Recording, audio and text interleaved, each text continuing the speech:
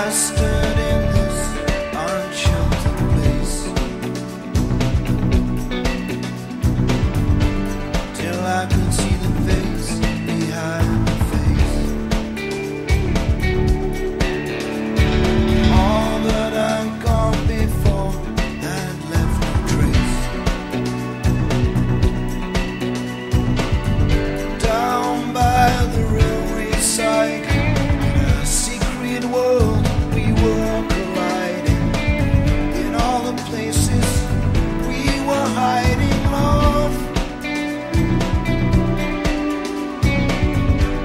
What was it we were thinking of?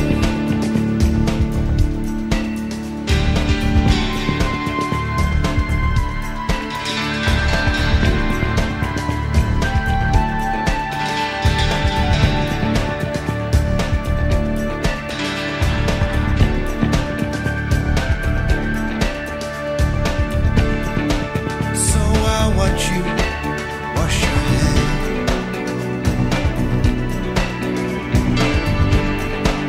underwater, unaware.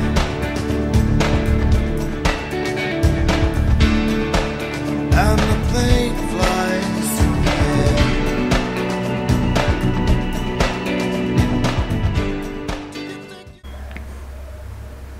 Et voilà, c'est l'été qui arrive avec une chaleur étouffante et j'ai commencé la récolte de mes agrumes. Une petite mandarine que je dégusterai ce soir, voilà, qui vient de tomber de l'arbre. C'est pas beau, ça, je montre. Voilà. Bien, mes chers étudiants, nous allons aujourd'hui faire l'exercice sur l'inégalité de Winterge. C'est un exercice qui n'est pas, si on l'écrit formellement, il n'y a rien de compliqué, c'est juste une intégration par partie. Et en fait, la difficulté de l'exercice consiste à travailler proprement, c'est-à-dire à ne pas employer des théorèmes hors cadre d'application de ces théorèmes. Voilà. Alors, on va considérer une fonction. On va la voir tout à l'heure, mais avant, dans les formules, notamment dans la formule numéro 1, dans celle-là, on fait intervenir la fonction cotangente. Alors, on rappelle ce que c'est que la fonction cotangente. Eh bien, cotangente x, par définition, c'est 1 sur tangente x, c'est-à-dire cosinus x sur sinus x. Bien. Alors, il faut faire attention à cette fonction, parce que, comme la fonction tangente, elle a le mauvais goût de ne pas être définie sur R tout entier. Alors, c'est une fonction qui n'est pas définie quand le sinus s'annule. Et le sinus s'annule, exactement en les multiples de pi. Donc, on voit que le domaine de définition, c'est R privé de pi z, des multiples entiers de pi. Bien. Alors, sur son domaine, la fonction est visiblement C infini, comme rapport de fonction C infini. Qu'est-ce qu'on peut dire d'autre? Bien, on peut remarquer que cotangente de x plus pi, eh bien, c'est cosinus de x plus pi sur sinus x plus pi, c'est-à-dire moins cos x sur moins sin x, c'est-à-dire cotangente x. Elle est donc pi périodique. Ainsi, bien, tout comme la tangente, hein, on se plaçait sur moins pi sur 2, eh bien, on va se placer ici, puisqu'il faut retirer les pi z, on va se placer, on va l'étudier sur l'intervalle i qui est 0 pi ouvert.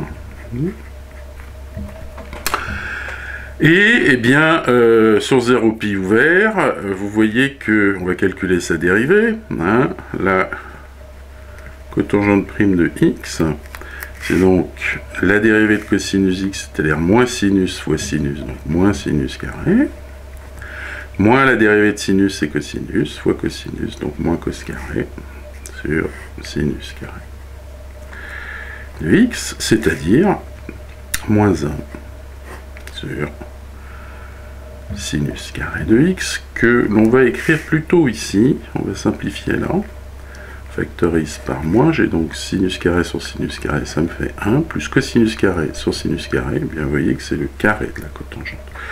Vous voyez que c'est exactement, au signe plus ou moins près, l'analogue de la dérivée de tangente. Bien, cette fonction, elle a donc une dérivée négative sur 0π. Et vous voyez que elle va donc être décroissante, même strictement décroissante. Et vous voyez, donc je vais mettre pi sur 2 ici, et puis pi. Vous voyez que son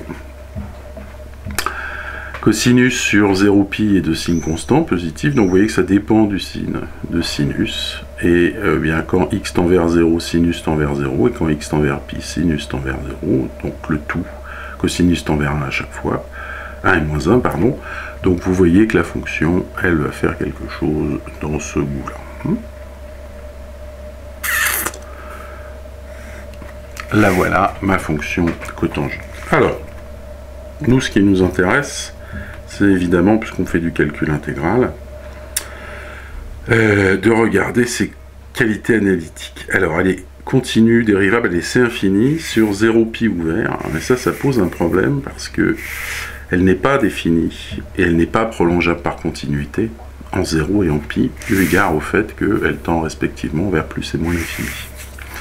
Alors ça pose un gros problème parce qu'ici on vous demande de considérer une intégrale, et donc vous n'avez a priori pas le droit de considérer l'intégrale entre 0 et pi. Donc on vous demande de donner du sens à tout ça. Alors on va expliquer comment donner du sens.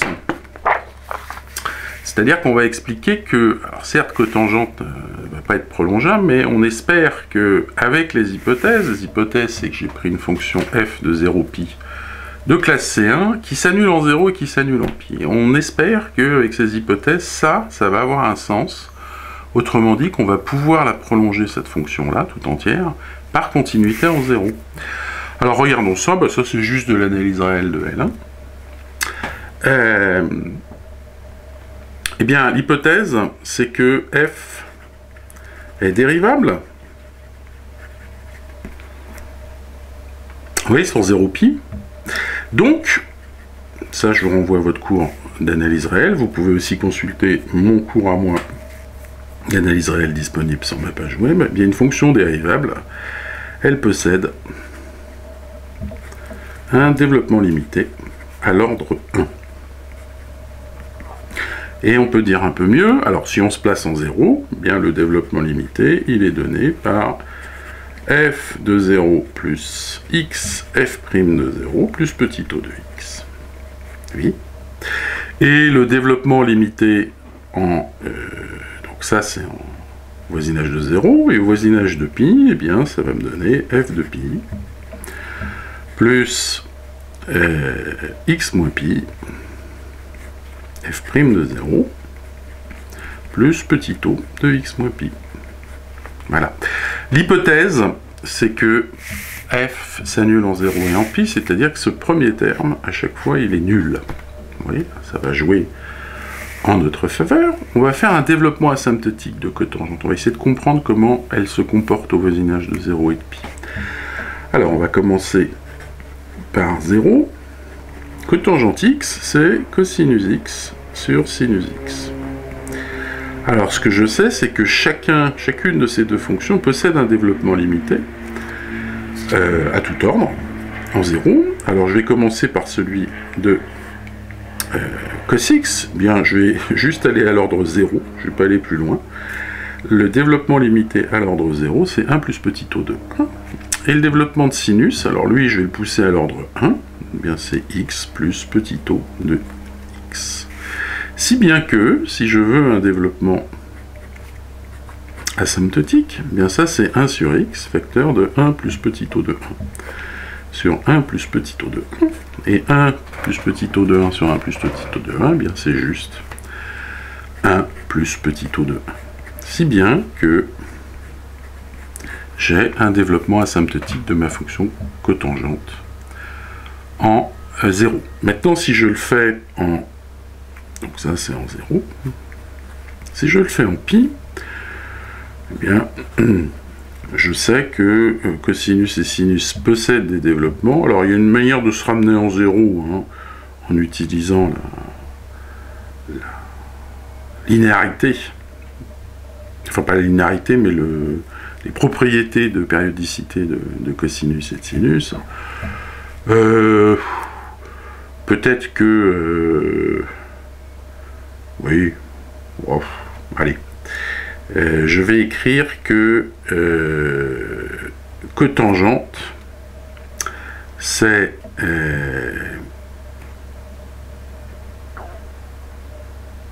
alors, comment je vais le présenter? Je vais plutôt le présenter dans l'autre sens. J'ai cosinus pi moins x sur sinus pi moins x. Et ça, c'est les formules de trigonométrie qui me disent que ça me fait moins cosinus pi moins x. Et ça me fait sinus. Pardon, c'est moins cosinus x, et ça, c'est sinus. Plus sinus x. Ainsi, quand x tend vers pi, eh bien pi moins x tend vers 0. Et donc, vous voyez que cotangente x, c'est moins cosinus pi moins x sur sinus pi moins x. Bien, et là, je peux faire des développements limités en 0 en la variable pi moins x. Donc, au numérateur, je le pousse toujours à l'ordre 1, et au dénominateur, eh bien, je le pousse à l'ordre 0 au numérateur et à l'ordre 1 au dénominateur. Si bien que vous voyez que cotangente x, je factorise tout, c'est... Alors, il ne faut pas oublier qu'ici, j'ai un moins 1. Donc, c'est moins 1 sur pi moins x, c'est-à-dire 1 sur x moins pi. Facteur de 1 plus petit o de 1. Et donc, ça, c'est au voisinage de pi. Magnifique. Pourquoi c'est intéressant? Parce que maintenant, bien, vous savez que les développements limités asymptotiques se multiplient. Et donc, je vois que f de x cotangente x, eh bien, f de x, je sais que c'est x f' de 0 plus petit o de x, et que cotangente x, c'est 1 sur x. 1 plus petit o de 1, donc si je multiplie, eh bien, donc ça va me faire x facteur de f' de 0 plus petit o de 1, ça c'est pour f, fois 1 sur x, 1 plus petit o de 1. Et vous voyez que le bonheur apparaît. Les x se simplifient, et ça, bien, ça vaut f' de 0 plus petit o de 1. C'est-à-dire que cette fonction possède un développement limité à l'ordre 0, en 0. Et donc, bien, cette fonction est prolongeable par continuité en 0, en posant bien que f de 0 cotangente 0, ça vaut f' de 0. Bien, je fais la même chose en pi, maintenant. Bien, en pi, j'ai f de x cotangente x qui vaut x moins pi facteur de... Alors, excusez-moi, ici, je me suis trompé, c'est pas f' de 0, c'est f' de pi. Hein, on est au voisinage de pi. Donc, c'est facteur de f' de pi plus petit o de 1. Et puis, eh bien, ici, j'ai montré que j'avais un développement asymptotique de cette forme-là. Et là, bien à nouveau, le miracle de la science se produit. Vous pouvez simplifier par ça, et vous voyez que ça, c'est f' de pi plus petit o de 1. Si bien que cette fonction est prolongeable par continuité en pi, en posant f de pi cotangente pi égale f' de pi. Ok, donc là, c'est pas mal ce qu'on vient de faire, parce que maintenant, toutes ces intégrales ont un sens. puisque f de x cotangente x est continu, que f' est continu, puisqu'elle est classée 1, f. Ça, c'est bien une fonction continue sur 0π. Même chose ici, si je développe, eh bien f carré de x, c'est continu, et f carré de x cotangente carré de x, eh bien c'est le carré de cette fonction-là, qui va donc être continu aussi. Donc ces intégrales ont un sens. Maintenant, il s'agit de montrer leur égalité. Alors, vous voyez que, hein, il faut le sentir, vous voyez qu'ici, on est tenté de faire une intégration par partie. Pourquoi? Parce que le facteur ff', il possède une primitive facile qui est f carré sur 2, et la dérivée de cotangente, bon, on l'a calculée. Seulement le problème, c'est là où il faut faire attention, c'est que je ne peux pas faire d'intégration par partie. Cette intégration par partie, je ne peux pas le faire sur 0π, puisque cotangente n'est pas une fonction de classe C1 sur 0π. Elle n'est pas définie en 0 et π. Donc vous voyez que le problème d'intégrer par partie, c'est-à-dire séparer ces deux morceaux-là, pose un problème pour l'intégration par partie. Et pourtant, on voit bien qu'une intégration par partie va vous donner exactement cette formule-là. Donc l'idée, eh bien, c'est de contourner la difficulté en 0 et en π et de se ramener sur quelque chose de plus petit. Donc on va se donner deux réels, A qui est strictement supérieur à 0, et qui va être strictement supérieur à un deuxième réel, B, qui lui-même va être strictement inférieur à π. Et de remarquer que, comment est-ce que j'attrape cette quantité-là?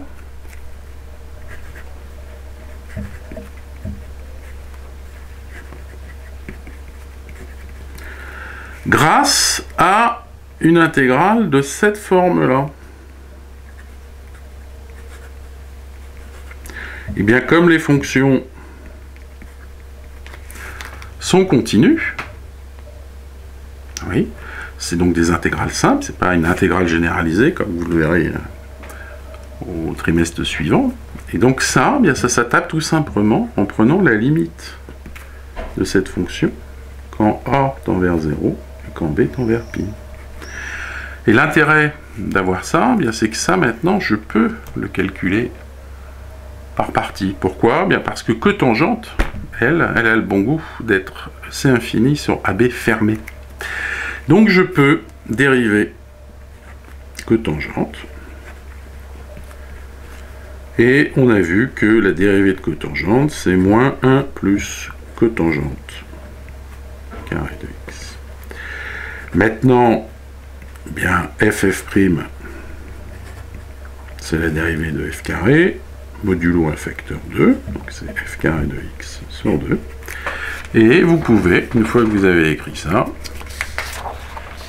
vous pouvez écrire que l'intégrale de A à B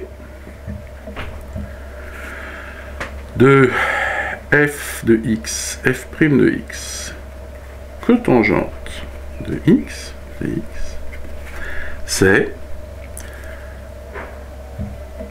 f carré de x, cotangente x, sur 2, compris entre A et B,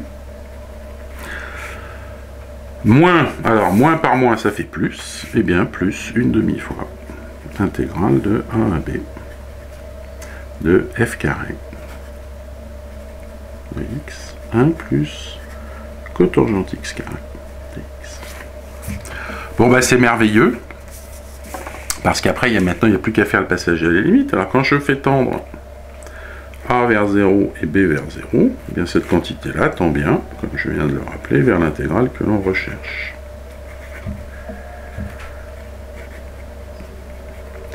Bien, quand je fais le même business pour cette intégrale-là, je vais tendre vers 0 puis vers π, eh bien, le point, c'est que comme f de x cotangente x est continue, eh bien cette fonction est continue. Donc, à nouveau, ben, elle va tendre vers cette intégrale.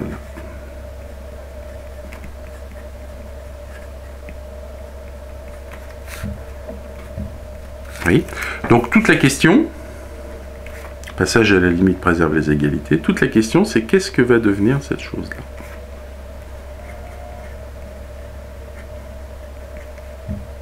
On voudrait montrer que ça tend vers 0. Bien, bah, c'est deux limites à étudier séparément. Alors, qu'est-ce que je sais? Eh bien, je sais que f de x cotangente x, quand x tend vers 0, ça tend vers f' de 0. Oui? Mais f de x tend vers 0, quand x tend vers 0, eh bien, je peux utiliser le théorème de multiplication des limites. Ça implique bien que f carré de x cotangente x tend vers 0 quand x tend vers 0. Donc quand a tend vers 0, la partie tend bien vers 0. Maintenant, quand b tend vers pi, eh bien x cotangente x va tendre vers, je le mets ici comme ça, vers f' de pi, hein, quand x tend vers pi. Mais f de x continue à tendre vers 0 en pi, pourquoi? Eh bien parce que f est continue et qu'elle vaut 0 en pi, tout simplement.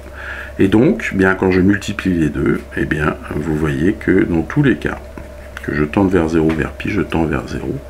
Donc ce point d'interrogation, c'est 0. Et vous avez bien montré, par passage à la limite, que vous avez l'égalité de ces intégrales. Donc on résume, hein, c'est assez... L'analyse demande beaucoup de soins. Vous intégrez des fonctions continues, ça a été la première partie. Donc ces intégrales ont bien un sens. Vous souhaitez faire une intégration par partie, mais là vous faites attention parce que vous ne pouvez pas faire l'intégration par partie que vous voulez directement sur 0pi. Vous êtes donc obligé de passer par ce truchement qui est de considérer un segment plus petit et de faire tendre les bornes du segment plus petit vers 0 et pi respectivement. Bien, alors on vous demande d'en déduire l'inégalité de Winterberger-Burger, d'Hamburger-Witter-Burger. Bon, bah c'est juste remarquer la chose suivante, c'est que, eh bien, si je multiplie par 2, j'utilise la linéarité, je passe le 2 dans l'intégrale, je passe l'intégrale de l'autre côté, vous voyez que le 1, c'est équivalent à dire que l'intégrale de 0 à pi de f carré de x plus f de x cotangente x, le tout au carré, moins 2 fois f de x, f' de x, cotangente x, dx, vaut 0. Et là, bah, vous voyez apparaître un début identitaire marquable. Vous voyez qu'ici j'ai un carré et ici j'ai un double produit. Donc que manque-t-il à mon début identitaire marquable pour être une vraie identitaire marquable? Eh bien il me manque le terme au carré qui apparaît dans le double produit, c'est-à-dire le f'. Oui. Donc j'ai intérêt à ajouter et soustraire le f' carré. Donc ça, bien c'est équivalent à intégrale de 0 à pi de f carré de x moins f' carré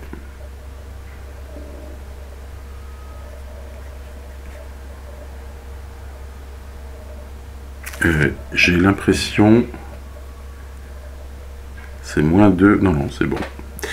Donc moins f' carré, je commence par retirer ma chose, plus, alors cette quantité-là, auquel je vais rajouter f' carré.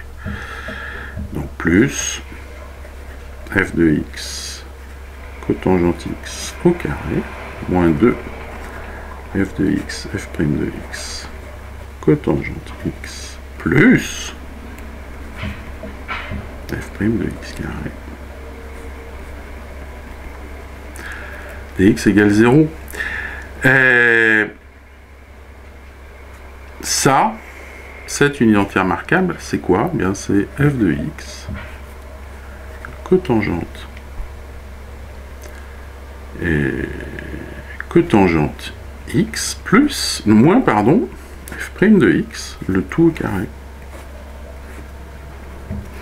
Bon, bah une fois que vous avez ça, c'est quasiment terminé. Vous avez donc, vous relinéarisez, vous avez donc l'intégrale de 0 à pi de f carré de x dx est égal, alors je vais passer ces deux choses-là de l'autre côté, c'est l'intégrale de 0 à pi de f' carré de x dx moins l'intégrale de 0 à pi de f de x cotangente x moins f' de x au carré. Bien, et le dernier théorème à utiliser, bien c'est que l'intégrale, ça c'est une fonction positive puisque c'est un carré. Et l'intégrale d'une fonction positive est certainement positive. Donc ça c'est plus grand que 0. Eh bien, comme il y a égalité, ça veut dire que cette intégrale-là est plus grande que celle-là. Et vous avez donc montré que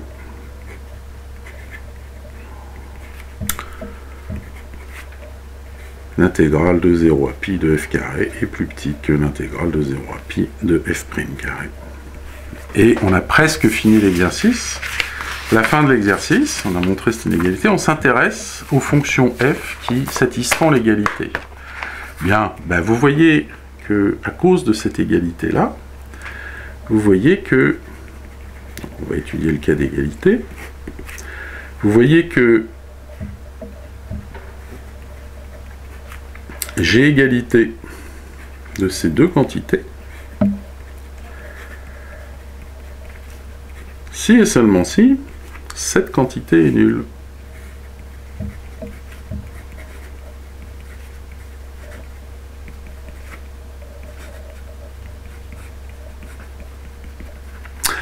Or, ça, c'est une fonction qui est positive et continue. C'est formidable. Parce qu'il y a un théorème du cours qui vous dit quoi? Bien, cette fonction, cette intégrale, elle est nulle, si et seulement si la fonction est nulle partout. Donc, si et seulement si, quel que soit x appartient à 0 pi, eh bien, f de x cotangente x, son prolongement par continuité, plus exactement, égale f' de x. Je n'ai pas de dx aussi. Je ne sais pas pourquoi j'ai viré pi. Voilà. Bon, et bien là, je vous rappelle ce que c'est que cotangente, hein, c'est cosinus sur sinus.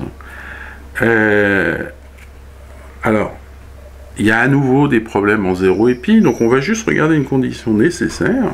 On va se placer sur 0 pi ouvert, donc on perd le caractère équivalent, mais je vais raisonner par condition nécessaire, à la fin on vérifiera si c'est suffisant. Et bien ça, c'est équivalent à dire que f de x cosinus x égale f' de x sinus x, hein, c'est une équation différentielle à résoudre.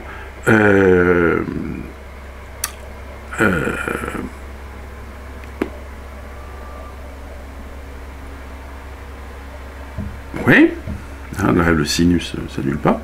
Ok, ça c'est équivalent à dire que f de x, plutôt moins f de x, sinus prime de x, non c'est plus, je vais y arriver, sinus prime de x, égale f' de x sinus x. C'est-à-dire que c'est encore équivalent à dire que f' de x sinus x moins f de x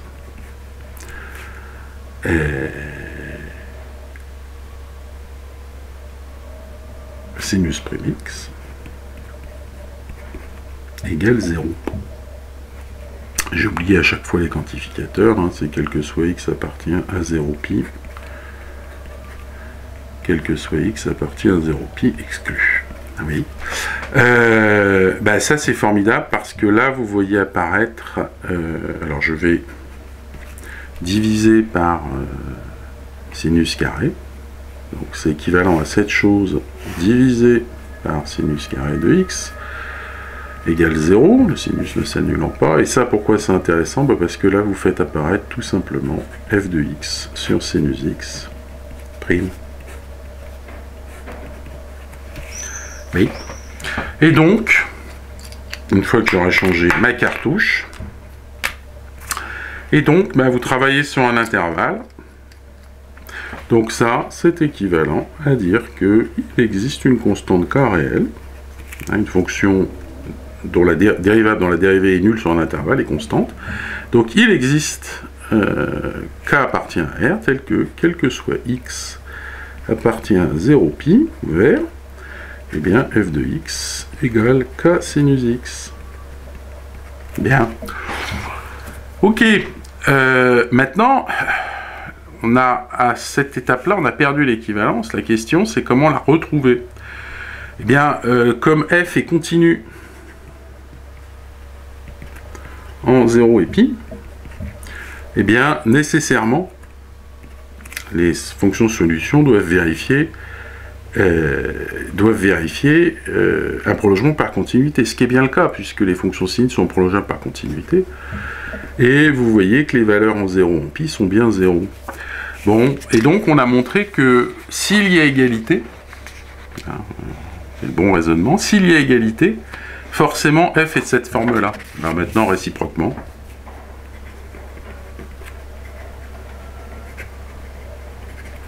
Eh bien, je me donne k appartient à R, et je considère f de x égale k sinus x sur 0 pi tout entier. Regardons pour quel cas, eh bien, pour quelle constante k l'égalité est bien vérifiée. Eh bien, qu'est-ce que c'est que f' de x? Eh bien, c'est k cosinus x. Et qu'est-ce que c'est que l'intégrale de 0 à pi de f carré de x dx? Eh bien, c'est k au carré, intégrale de 0 à pi de sinus carré de x dx. Qu'est-ce que c'est que l'intégrale de 0 à pi de f' de x carré dx? Eh bien, c'est k carré, intégrale de 0 à pi de cosinus carré de x dx. Et comment est-ce qu'on montre que ces deux choses sont bien égales? Eh bien, il suffit de faire le changement de variable x égale pi moins u. X égale pi moins u. Eh bien, si vous pi sur 2 moins u, on va y arriver.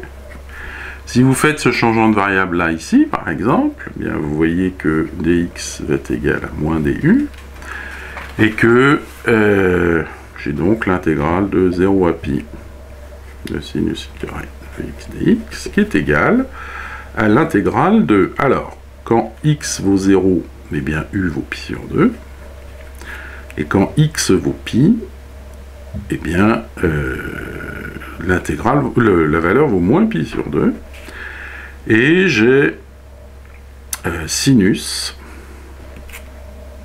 de pi sur 2 moins u au carré du, et je n'oublie pas le moins 1 ici, qui permet de réorienter l'intégrale. Et sinus pi sur 2 moins u, c'est cosinus u.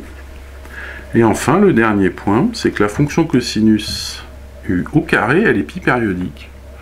Donc si elle est pi périodique, bien, la valeur de son intégrale ne dépend pas de l'intervalle de longueur la période, c'est-à-dire de longueur pi. Donc ça fait exactement cosinus u carré du. Et donc vous avez bien montré l'égalité. Et la conclusion, eh bien, c'est que l'inégalité de Wirtaenger, Burger King, devient une égalité si et seulement si la fonction f est un multiple de la fonction sinus. Et voilà pour cet exercice. J'espère qu'il vous aura intéressé. En tout cas, j'espère que vous retiendrez que l'analyse réelle, vous êtes hélas, une de vos maladies, c'est de ne souvenir des théorèmes d'un théorème que par sa formule. L'intégration par partie, il y a des hypothèses. Vous ne pouvez pas intégrer par partie n'importe quelle paire de fonctions. Il faut qu'elles aient des conditions. Et donc là, vous voyez, pour travailler proprement, on est obligé de se placer dans un cadre d'application de cette formule. Voilà, je vous souhaite bon courage et je vais retourner à la récolte de mes... Vous voyez, voilà.